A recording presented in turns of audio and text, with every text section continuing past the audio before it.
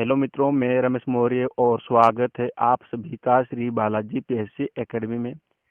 मित्रों, आज हम एमपीजीके का एक नया टॉपिक पढ़ेंगे। उस टॉपिक का नाम क्या रहेगा? मध्य प्रदेश की जलवायु। आप सभी मध्य प्रदेश की जलवायु से बहुत ही अच्छे से परिचित होंगे, और अगर नहीं होंगे तो कोई दिक्कत नहीं है, आज परिचित हो जाओगे। क्या होती है मध्य प्रदेश की जलवायु? अपन डिटेल में इसको समझने का प्रयास करेंगे। जलवायु क्या होती है, सबसे पहले इसे अपन समझेंगे। तो यहाँ पर जैसे अभी आप सभी के सामने है स्क्रीन बोर्ड पर कि किसी भी क्षेत्र में लंबे समय तक पाए जाने वाली ताप, वर्षा, आर्द्रता आदि की मात्रा तथा वायु की गति का औसत रूप में पाए जाना वहाँ की जलवायु कहलाती है। मित्रों, जैसे उदाहरण के तौर पे आप समझिएगा, मान लीजिए कि वर्षा का समय होता है। उस वर्षा में क्या बताइए, तो वर्षा ही चलती रहती है, 2 3 4 महीने तक वर्षा ही चलती रहती है। तो हम कहते हैं कि लगभग 4 महीने का ये जो जलवायु था बहुत अच्छा था।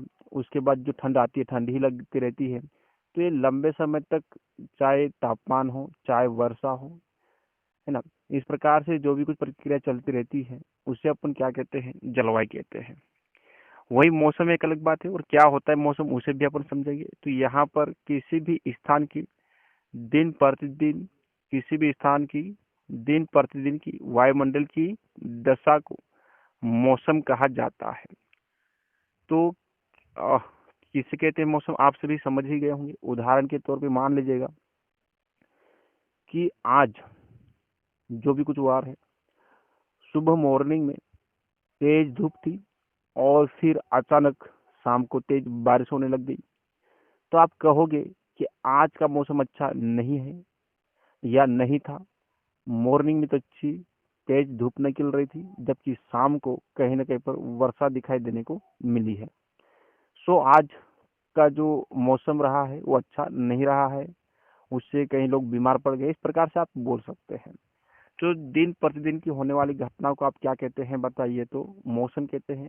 लेकिन दिन प्रतिदिन की वही घटना जब लंबा रूप ले ले, मतलब पानी आज भी गिरा, कल भी गिरा, इस प्रकार से गिरता ही चले जाए 2 3 महीने तक, तो आप उसे क्या कहेंगे? जलवायु कहेंगे। तो उसी पॉइंट को आगे लिखा है, जबकि मौसम का दीर्घकालीन औसत स्वरूप ही जलवायु कहा जाता है।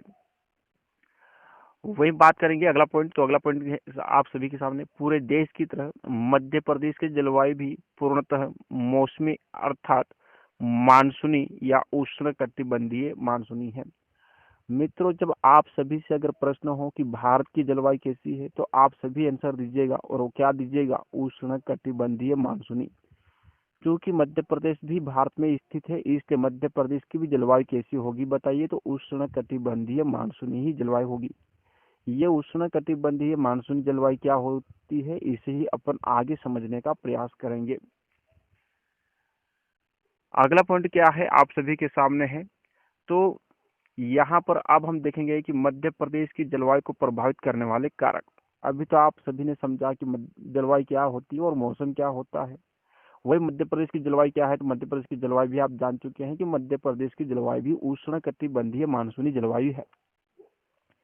जबकि जलवायु को प्रभावित करने वाले भी बहुत से कारक होते हैं, और क्या क्या है उन सभी के बारे में अपन जानने का प्रयास भी करेंगे।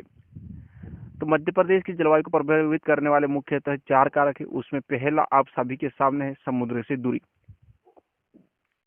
मध्य प्रदेश समुद्र से दूरी है, वह भी एक प्रकार का कारक बन सकता है। ठीक है। वही दूसरी ओर जब देखें तो कर्क रेखा मध्य प्रदेश के बीचों बीच से होकर गुजर कर जाती है, वही भी एक कारक बन सकता है। साथ ही पर्वतों की स्थिति मध्य प्रदेश में अलग अलग पर्वत भी स्थित है, जैसे विंध्याचल पर्वतमाला, सतपुड़ा पर्वतमाला। वही यानी कि देखा है तो अगला क्या बन सकता है? भूमध्य रेखा से दूरी। मध्य प्रदेश भूमध्य रेखा से भी काफी दूरी पर स्थित है। क्या है सभी, इसको देखते हैं। तो सबसे पहली बात समुद्र से दूरी। समुद्र से दूरी समुद्र से दूरी अधिक होने से तापांतर अधिक होता है। मतलब मध्य प्रदेश समुद्र से काफी दूर है, इसलिए वहां पर जो दैनिक जो तापमान होता है उसमें क्या बताए, काफी अंतर होता है। तापांतर मतलब अंतर। जैसे दिन में उदाहरण के तौर पे मान लीजिएगा कि तापमान आप सभी को दिखाई देने कितना मिला बताइए? 42 डिग्री सेल्सियस। वहीं रात को वह तापमान एकदम घटकर कितना रह जाता, मान लीजिए 20 डिग्री सेल्सियस, तो वो काफी तापांतर हो जाता है, जबकि उसके उसको अपन तापमान नहीं बोल सकते हैं। तो समुद्र से दूरी होने की समुद्र से दूरी अधिक होने से तापांतर क्या होता है, अधिक होता है। और कर्क रेखा के बारे में जाने तो कर्क रेखा के मध्य प्रदेश के बीचों बीच से होकर गुजरने के कारण जून महीना सबसे अधिक गर्म होता है। मित्रों, मध्य प्रदेश में कौन सा महीना सबसे अधिक गर्म होता है? कभी इस प्रकार से प्रश्न जब आ जाए तो आप सभी उस प्रश्न का आंसर क्या दीजिएगा? जून महीना। अगला पॉइंट है पर्वतों की स्थिति। तो मध्य प्रदेश में विंध्याचल एवं सतपुड़ा पर्वतमाला क्या है, बताए, मध्य प्रदेश में स्थित है।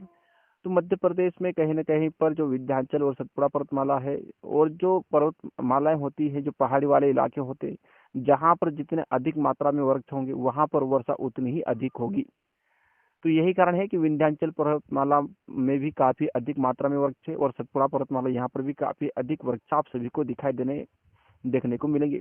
यही कारण है कि यहाँ पर मध्य प्रदेश में सर्वाधिक वर्षा होती है। भूमध्य रेखा से दूरी, तो इससे क्या है, तो मध्य प्रदेश उष्ण कटिबंधीय क्षेत्र में स्थित है, इसलिए यहाँ पर उष्ण कटिबंधीय जलवायु पाई जाती है। वही मैं आप सभी को यहाँ पर मानचित्र के माध्यम से समझाने का प्रयास करूंगा कि मध्य प्रदेश किस प्रकार समुद्र से दूरी है, मध्य प्रदेश में कर्क रेखा किस प्रकार से गुजरती है, पर्वतों की स्थिति क्या है, भूमध्य रेखा से दूरी किस प्रकार से, सभी को समझाने का प्रयास करूंगा।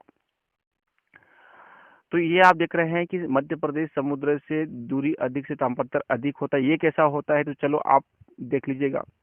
ये आपके सामने हमने भारत का एक छोटा सा मैप रखा है। यहाँ पर आपको येलो कलर का जो बीच में दिखाई दे रहा है, पहले तो आप देखिएगा कि ये जो भारत है, ये तीनों ओर से समुद्र से घिरा हुआ है। दक्षिण में हिंद महासागर आता है, वहीं बाईं ओर अगर आप देखते तो अरब सागर है, वहीं दाईं ओर जब आप देखते हैं तो बंगाल की खाड़ी है। तो आप देख रहे होंगे कि ये अरब सागर है, वही जो येलो कलर में जो बीचों बीच दिखाई दे रहा है, ये क्या अपना मध्य प्रदेश है।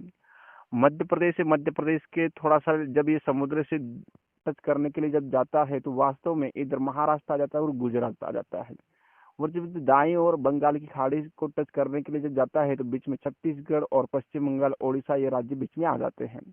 सो मध्य प्रदेश एक ऐसा राज्य है जो ना तो अपनी सीमा समुद्र से लगाता है और ना ही अपनी सीमा स्थलीय सीमा से लगाता है। यह एक भू आविष्ठित राज्य है, उसके बारे में भी अपन चर्चा करेंगे। लेकिन अभी समुद्र से दूरी पर है, इसके बारे में बात कर रहे हैं। तो देख लीजिएगा, ये मध्य प्रदेश है और ये अरब सागर है और बीच में काफी डिस्टेंस है। यही कारण है कि यहाँ पर तापांतर क्या होता है, अधिक होता है। वही सेकंड जो पॉइंट है कि कर्क रेखा के मध्य प्रदेश के बीच से गुजरने के कारण जून महीना सबसे अधिक गर्म होता है। किस प्रकार से बीच से कर्क रेखा गुजरती है, तो ये आप सभी के सामने मैप है। और ये जो बीचों बीच गुजरी हुई है, ये क्या है बताइए, कर्क रेखा। यही कारण है कि यहाँ पर जून महीना सबसे अधिक गर्म होता है। जून महीना ही सबसे अधिक गर्म क्यों होता है, क्योंकि जून महीने में ये जो सूर्य की किरणें हैं वो पूरी तरह से किसके ऊपर गिरने लगती है बताइए, तो ये कर्क रेखा के आसपास एवं कर्क रेखा के ऊपर गिरने लगती है। यही कारण है कि 21 जून को पूरे उत्तरी गोलार्ध में वर्ष का सबसे बड़ा दिन होता है। वही बात करें कि मध्य प्रदेश में जो आप देख रहे हैं विंध्याचल एवं सतपुड़ा पर्वतमाला के कारण, तो ये कहाँ पर है, इसको भी मैं आप सभी को मैप में दिखाने का प्रयास करूंगा। तो ऊपर की ओर जो आपको दिख रहा है छोटे से इनके लिखा हुआ है, क्या बताइए, तो विंध्याचल पर्वतमाला है ये जो दिख रही है। वहीं दक्षिण में क्या है बताए, तो यह एक सतपुड़ा पर्वतमाला है। तो यहाँ पर अधिक मात्रा में पेड़ पौधे वगैरह होते हैं, और जहाँ पर पेड़ पौधे वगैरह अधिक होते हैं वहीं पर वर्षा अधिक होती है। तो यही कारण है कि विंध्याचल एवं सतपुड़ा पर्वतमाला के मध्य प्रदेश में स्थित होने के कारण भी यहाँ पर वर्षा कैसे होती है, तो अधिक होती है। वहीं पर बात कर ली जाए कि मध्य प्रदेश उष्णकटिबंधीय क्षेत्र में स्थित है, इसलिए यहाँ पर उष्णकटिबंधीय जलवायु पाई जाती है। ये कैसा है, इसको मैं आप सभी को समझाने का प्रयास करूंगा।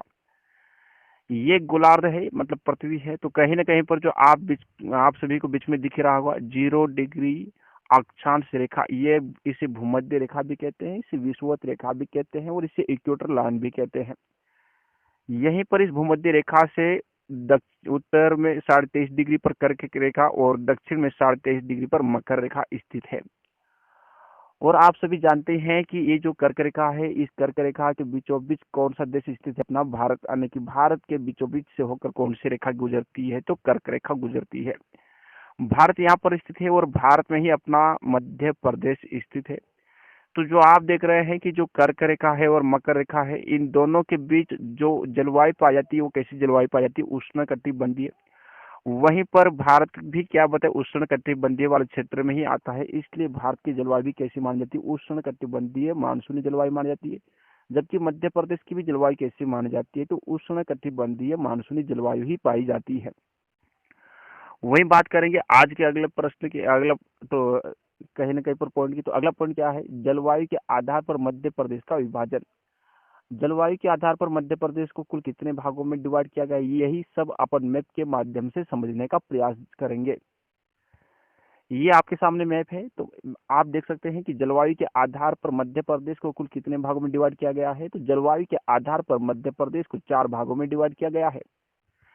वही उत्तर की ओर आप देखते हैं तो इस उत्तर का मैदान कहते हैं। इस उत्तर के मैदान में जब आप देखते हैं तो यह बुंदेलखंड, रीवा पन्ना और साथ ही क्या बताइए तो आपका रीवा पन्ना और ये चंबल का पठार था। मतलब बुंदेलखंड, चंबल और रीवा पन्ना का पठार, ये सभी, इन सभी जो क्षेत्र है इनमें कौन सी जलवायु पाई जाती है, तो उत्तर का मैदानी क्षेत्र। अब यहाँ पर उत्तरी के मैदानी क्षेत्र में जब आप सभी को समझाने का प्रयास करूं तो यहाँ पर क्या है बताइए, तो गर्मी के दिनों में अधिक गर्मी, जबकि ठंड के दिनों में यहाँ पर अधिक ठंड होती है। गर्मी के दिनों में अधिक गर्मी लगती है यहाँ पर, और ठंड के दिनों में भी अधिक ठंड लगती है। सो इस प्रकार की जलवायु को क्या कह सकते हैं, तो महाद्वीपीय प्रकार की जलवायु कहते हैं। यही जब प्रश्न जब आ जाए कि उत्तर के मैदान की जलवायु ये कैसी है, तो महाद्वीपीय प्रकार की है। और यहाँ पर गर्मी के दिनों में कैसी गर्मी होती है, तो अधिक गर्मी। वहीं ठंड के दिनों में कैसी गर्मी ठंड होती है, तो अधिक ठंड होती है। साथ ही अगर बात करें, ये जो सेकंड है आपका मालवा का पठार, ये जो ग्रीन कलर का आपको दिखाई दे रहा मालवा का पठार, मालवा के पठार के ऊपर एक नजर जब डालें तो वास्तव में मालवा के पठार की जलवायु कैसी है, सम जलवायु है। ऐसा क्यों है, सम जलवायु क्यों है, इसके ऊपर अपन एक नजर अगर डालने का प्रयास करें तो देख सकते हैं आप कि यहाँ पर गर्मी के दिनों में कम गर्मी, जबकि ठंड के दिनों में भी कम ठंड होती है। यही कारण है कि इसे अपन सम जलवायु के नाम से जानते हैं। कई बार प्रश्न आ जाता है कि मालवा के पठार की जलवायु कैसी है, तो आप सभी आंसर दीजिएगा। क्या दीजिएगा बताइए, सम जलवायु। यहाँ पर जो मालवा का पठार है इसमें सबसे अधिक वर्षा जो होती है वो कहाँ से होती है, कौन, तो बताइए अरब सागर के मानसून से। कौन से मानसून से सबसे अधिक वर्षा होती है बताइए मालवा के पठार में, तो मालवा के पठार में सबसे अधिक वर्षा अरब सागर के मानसून से होती है। वही इसके बहुत ही इम्पोर्टेंट महत्वपूर्ण पॉइंट की बात कर लें तो चीनी यात्री फाहियान जब मध्य प्रदेश इस मालवा के पठार की यात्रा की थी तो इसे विश्व की सर्वश्रेष्ठ जलवायु कहा है। प्रश्न कहीं बार आ जाता है कि मालवा की पठार को विश्व की सर्वश्रेष्ठ जलवायु किसने कहा था, तो चीनी यात्री फाहियान। वही कहीं बार प्रश्न आ जाता है कि विश्व चीनी यात्री फाहियान ने क्या कहा था मालवा की जलवायु को, तो मालवा की जलवायु को सर्वश्रेष्ठ जलवायु कहा था। वहीं अगले विभाजन की बात करें तो कहीं न कहीं पर यह नर्मदा घाटी क्षेत्र है। वो नर्मदा घाटी क्षेत्र की जब मैं बात कर लूँ तो वास्तव में यहाँ पर क्या होता है, गर्मी के दिनों में अधिक गर्मी यहाँ पर होती है, जबकि ठंड के दिनों में यहाँ पर साधारण ठंड होती है। गर्मी के दिनों में अधिक गर्मी क्यों होती है, इसके बारे में अगर अपन जानने का प्रयास करें तो ऐसा क्यों है, तो लगभग कर्क रेखा के नजदीक है। ये जो नर्मदा घाटी क्षेत्र है लगभग लगभग क्या बताए, कर्क रेखा के नजदीक है। यही कारण है कि यहाँ पर गर्मी के दिनों में अधिक गर्मी होती है, जबकि ठंड के दिनों में यहाँ पर साधारण ठंड होती है। वही बात करें विंध्यन का पहाड़ी क्षेत्र, तो विंध्यन के पहाड़ी क्षेत्र की यहाँ की जलवायु कैसी है, तो यहाँ पर आप देख सकते हैं कि गर्मी के दिनों में साधारण गर्मी, जबकि ठंड के दिनों में साधारण ठंड है। तो ये जलवायु भी आप कह सकते हैं कि ये जलवायु कैसे बताइए, सम जलवायु है। यह मालवा के पठार के समान ही जलवायु है, लेकिन यहाँ पर जरा साधारण है और मालवा के पठार में एकदम कम है। जब आप सभी से प्रश्न जब पूछा जाए कि विंध्यन का पहाड़ी क्षेत्र यहाँ की जलवायु कैसी है, तो आप सभी आंसर दीजिएगा। क्या दीजिएगा, सम जलवायु। वही पंचमढ़ी और अमरकंटक भी इसी अनिकी क्षेत्र के अंतर्गत आते हैं, इसी विभाजन के अंतर्गत आते हैं। कौन सा, आपका विंध्यन का पहाड़ी क्षेत्र। मित्र, जब भी आप मेरे द्वारा अपलोड किए गए वीडियो को जब देखने के लिए बैठते हैं तो आप सभी से रिक्वेस्ट है कि आप पेन कॉपी साथ में लेकर ही बैठे, ताकि नोट करने में आसानी हो और समझने में भी आसानी हो।